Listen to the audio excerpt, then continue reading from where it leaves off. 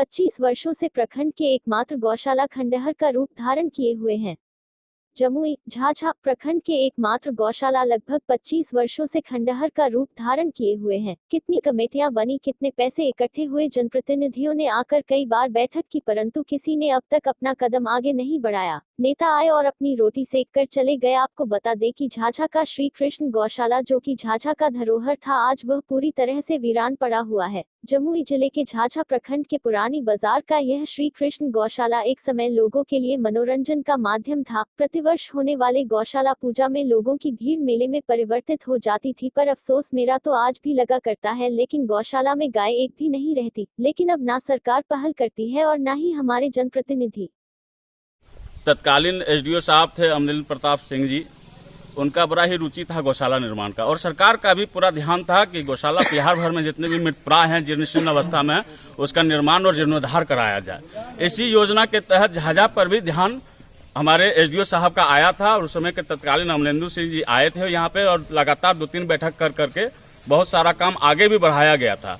लेकिन वो यहाँ से चले गए, और यहाँ पर उस समय का जो तत्कालीन कमेटी बना था, उनका शिथिलता के वजह से और एसडीओ साहब के नहीं रहने की वजह से इसका 1 इंच भी काम आगे नहीं बढ़ा, और फलस्वरूप ये हुआ कि गौशाला जहाँ जीर्ण शीर्ण अवस्था में था, वहाँ की कई भवनें गिर भी रही है, ध्वस्त भी हो रही है, एकदम बिल्कुल मृत प्राय है। हम लोग सभी ग्रामवासी चाहते हैं झाझा पुराने बाजार के कि ये गौशाला श्री कृष्ण गौशाला अपने फिर पुराने चमक धमक में आए, यहाँ पे गायें और बैल बछड़े विचरण करे, और यहाँ का जो पहले से जो चमन था वो भी गौशाला का फिर से लौटे। हम जिलाधिकारी महोदय से, सरकार से और एसडीओ साहब से विनम्र प्रार्थना करते हैं, हम सभी ग्रामीणवासी, कि जल्द से जल्द इस गौशाला का जीर्णोद्धार हो, गौशाला बने और यहाँ का लोग जो है यहाँ से लाभ ले सके। धन्यवाद। मेरा नाम भैयालाल माथुरी हुआ।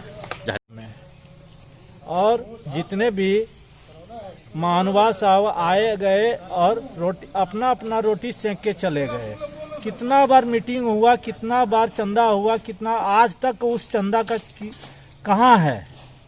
10 बार मीटिंग में 10 बार चंदा हुआ, और बड़े बड़े नेता आके यहाँ झाझा में अपना अपना रोटी, श्री कृष्ण गौशाला में अपना अपना रोटी सेक के चले गए बस। लेकिन गौशाला का निर्माण आज तक नहीं हो पाया। अभी तक गौशाला का निर्माण किसी प्रकार का, किसी भी तरह से कोई ध्यान देने वाला नहीं है।